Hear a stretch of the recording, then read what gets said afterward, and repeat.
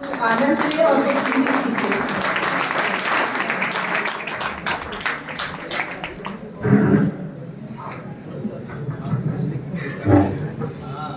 धन्यवाद।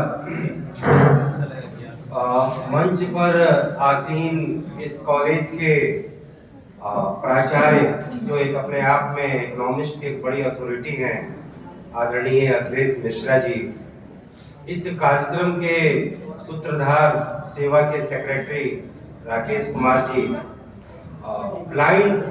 Wheel chair cricket association की संचालिका मैडम शिखा चतुर्वेदी जी, इस कॉलेज के इतिहास विभाग के विभागाध्यक्ष प्रोफेसर चौहान जी, अर्थशास्त्र की विभागाध्यक्ष डॉक्टर प्रियंका सिंह जी, कार्यक्रम की संचालिका मैडम रेणु शर्मा जी, इस कॉलेज के जितने भी फैकल्टी मेंबर हैं और तमाम जो छात्र छात्राएं हैं, जो ये आज का जो ये मौजू है वह सीधे सीधे हमारे जीवन के अस्तित्व से जुड़ा है।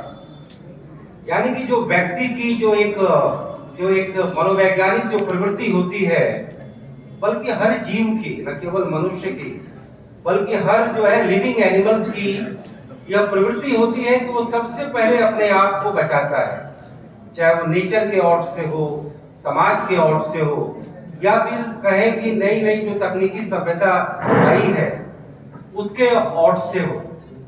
जैसा कि हम सब जानते हैं कि प्रकृति हमें अगर जीवन देती है तो कई सारी बाधाएं भी प्रदान करती है। हम सब जानते हैं कि जो नेचुरल कैलेमिटीज होती हैं, ड्राउट यानी कि सूखा, फ्लड, बाढ़, फिर उसके बाद में जो साइक्लोन, फिर जो है अर्थक्वेक, फिर जो है एपिडेमिक, जैसा कि अभी हमने कोरोना की बीमारी देखी जो एक पेंडेमिक थी जो पूरे दुनिया में आई। तो अलग अलग तरीके की आपदाएं आती रहती हैं, लेकिन जब हम बात दुर्घटनाओं की करते हैं तो एक मैन मेड आपदा है। यानी कि जब ये जो एक अपने आप में उगती है कि जो विज्ञान जो हमारे जीवन को इतना ज्यादा एक तरह से आरामदायक बनाया है, इतनी सुविधाओं से सुसज्जित किया है, वह विज्ञान हमारे लिए यदि वरदान है तो वह हमारे लिए अभिशाप भी है। तो ऐसे में अगर अभिशाप की बात जब आती है तो हमें दुर्घटनाओं पर जो है सीधे सीधे ध्यान चला जाता है।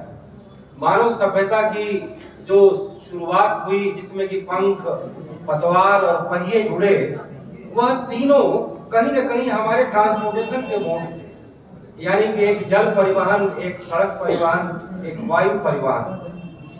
और हम सब जानते हैं कि जब सड़क परिवहन की बात आती है तो रेलवे और रोड, ये दो जो है एक तरह से उसके माध्यम से, और तीसरा जो है हमारा ट्रांसपोर्टेशन का जो तरीका है वो हवाई है और जल है।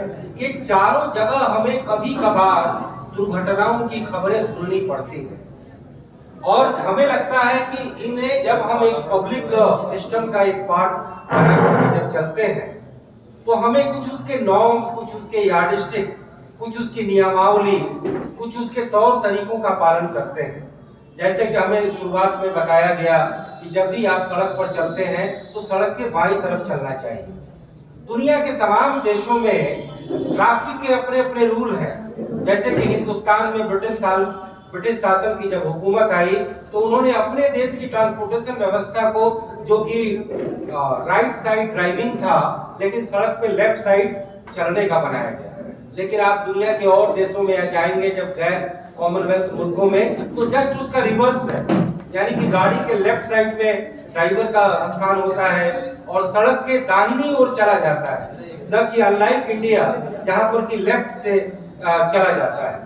तो ये सब तो खैर एक सामान्य जानकारी है, लेकिन भारत जैसे विकासशील देश में जहां की आर्थिक विकास को पाने की होड़ मची है, जद्दोजहद बची है, न केवल सरकारों के तरफ से, न केवल समाज के तरफ से, बल्कि हर परिवार प्रगति के सोपान एक तरह से पाना चाहता है। और उन्हें कहीं न कहीं जब पब्लिक अरे बैठिए बैठिए भाई, आप लोग बैठिए, अंदर चलो। Hold your patience. चलिए, एक्सीडेंट की बात करते हैं तो हमें केवल जो है ट्रैफिक रूल का पालन करना और हैवी पेनल्टी करने से काम नहीं चलेगा। हमें सड़कों पर भी ध्यान देना होगा, हमें पोस्ट एक्सीडेंट उसके त्वरित इलाज पर ध्यान देना होगा।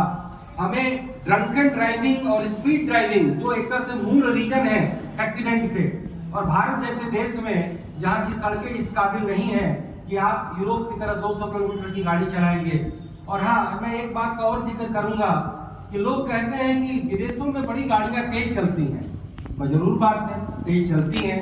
मैंने खुद गाड़ी पर देखा है 200 किलोमीटर के स्पीड पर कार को चलते हुए। सड़क के किनारे एक जगह इटली में मुझे देखने का मौका मिला, एक कार आई और एकदम एक हवा के झोंके से और तुरंत भाग करके चली गई। तो मेरे ब्रदर इन लॉ ने वहां पर जो रहते हैं उन्होंने बताया कि इसकी स्पीड 200 किलोमीटर प्लस है। तो वहां पर क्योंकि ऐसा लेन बना हुआ है कि वहां पर कोई ओवरटेकिंग नहीं होता, कोई किसी भी तरीके का बड़ा ही साइड ही संजोग कोई दुर्घटना हो जाए, कैजुअलिटी हो जाए।